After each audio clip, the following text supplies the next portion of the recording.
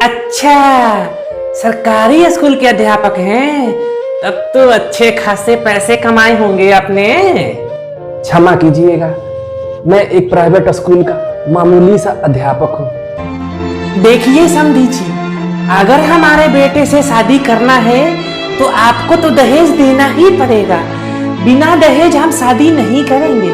हाँ, बता देते हैं। क्षमा कीजिए समधी जी, मैं एक अध्यापक हूँ। बच्चों को ये शिक्षा देता हूँ कि दहेज लेना और दहेज देना दोनों अपराध है। फिर मैं ये अपराध कैसे कर सकता हूँ? मुझे तो लग रहा है आपके इस विचार के कारण कहीं आपकी बेटी आजीवन कुंवारी न रह जाए। आपके शिक्षा और संस्कार का कोई मोल नहीं इस आज के जमाने में। हाँ, और हाँ, ये एक बात सुनते जाइए, अरमानों का मोल लगाना बंद करो। अरमानों का मोल लगाना बंद करो और दहेज के लिए लड़का बेचना बंद करो। अरे भाई जल्दी करो, लड़के वाले आते ही होंगे। क्या कर रही हो? जी आती हूँ। अरे भाई, खाने पीने का सारा व्यवस्था ठीक ठाक से हो गया कि नहीं? कर दिया, सब कर दिया। सबसे पहले शरबत, उसके बाद नाश्ता, उसके बाद चाय और फिर दोपहर का भोजन सब मैंने तैयार कर दिया है। आप चिंता नहीं करिए। देखो भाग्यवान, ये बहुत अच्छा रिश्ता है। बहुत पैसे वाले लोग हैं ये। कहीं किसी प्रकार की कोई कमी नहीं होना चाहिए।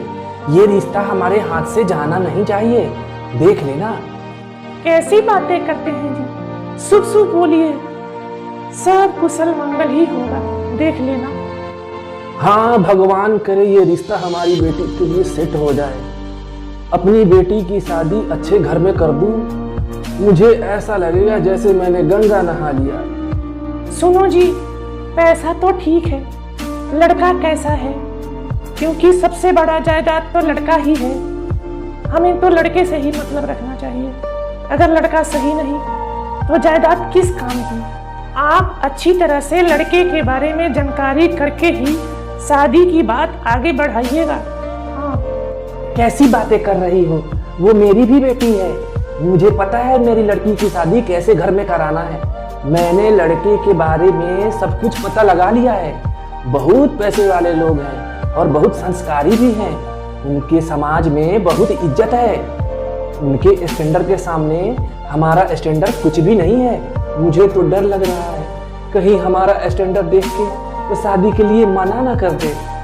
आप चिंता ना करिए, माता रानी सब ठीक कर देंगी। मुझे अपनी माता रानी पे पूरा भरोसा है। जो होगा अच्छा ही होगा, देख लेना। अरे ओ भाग्यवान, लगता है वो लोग आ गए। सारा सामान तैयार रखना। हाँ।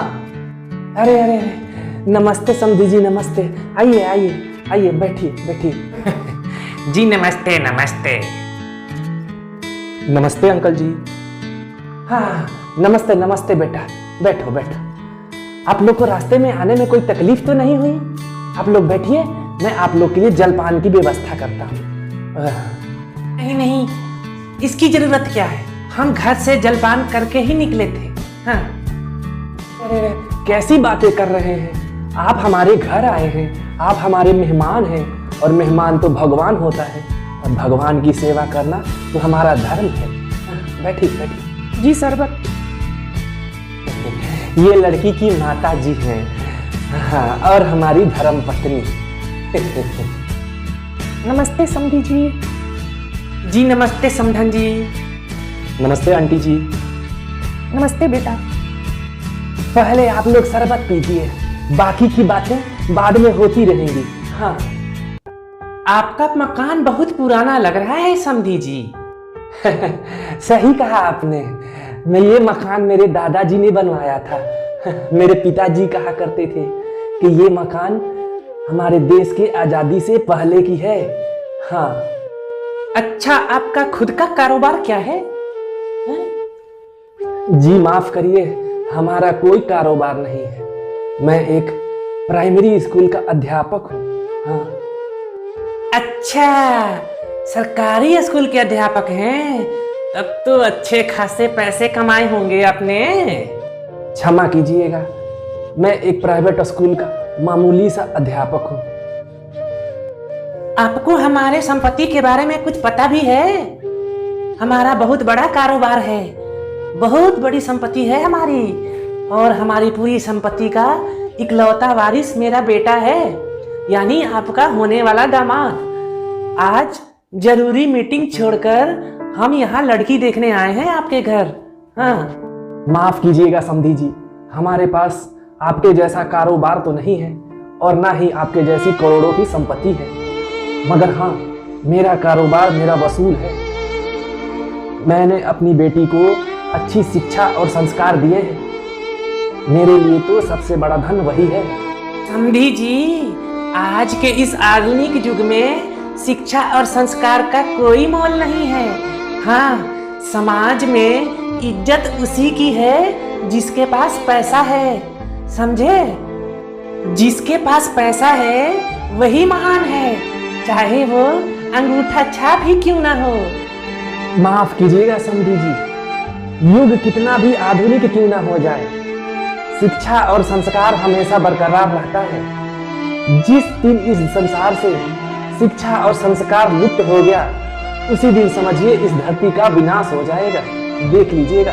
हाँ, छोड़िए उन बेकार की बातों को, असली मुद्दे पर बात करते हैं। अच्छा ये बताइए, आपकी खुद की संपत्ति कितनी है?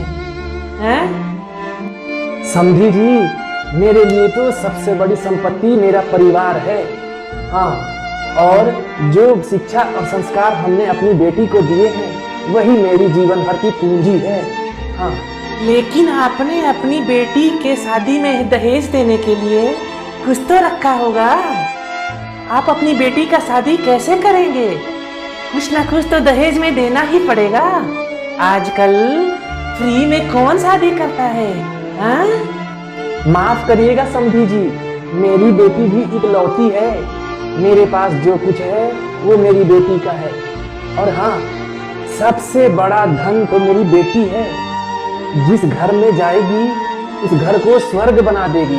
इससे बड़ी संपत्ति और क्या होगी? देखिए समधी जी, अगर हमारे बेटे से शादी करना है तो आपको तो दहेज देना ही पड़ेगा।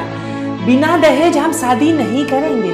हाँ, बता देते हैं। क्षमा कीजिए समधी जी, मैं एक अध्यापक हूँ। बच्चों को ये शिक्षा देता हूँ कि दहेज लेना और दहेज देना दोनों अपराध है। फिर मैं ये अपराध कैसे कर सकता हूँ? मुझे तो लग रहा है आपके इस विचार के कारण कहीं आपकी बेटी आजीवन कुंवारी न रह जाए। आपके शिक्षा और संस्कार का कोई मोल नहीं इस आज के जमाने में। हाँ, बिना दहेज कोई शादी नहीं करेगा। रखिए अपनी लड़की को अपने पास, हमें नहीं करनी शादी बिना दहेज की। हाँ, माफ कीजिए समधी जी, अभी भी ये धरती वीरों से खाली नहीं है। अभी भी इस धरती पर अच्छे विचार के लोग भरे पड़े हैं। हाँ, हीरे की परख केवल जौहरी ही कर सकता है। हाँ, और हाँ, ये एक बात सुनते जाइए, अरमानों का मोल लगाना बंद करो। अरमानों का मोल लगाना बंद करो और दहेज के लिए लड़का बेचना बंद करो। दहेज लेना मत समझो शान, दहेज लेना मत समझो शान, इसमें कई मासूमों के लिए है जान।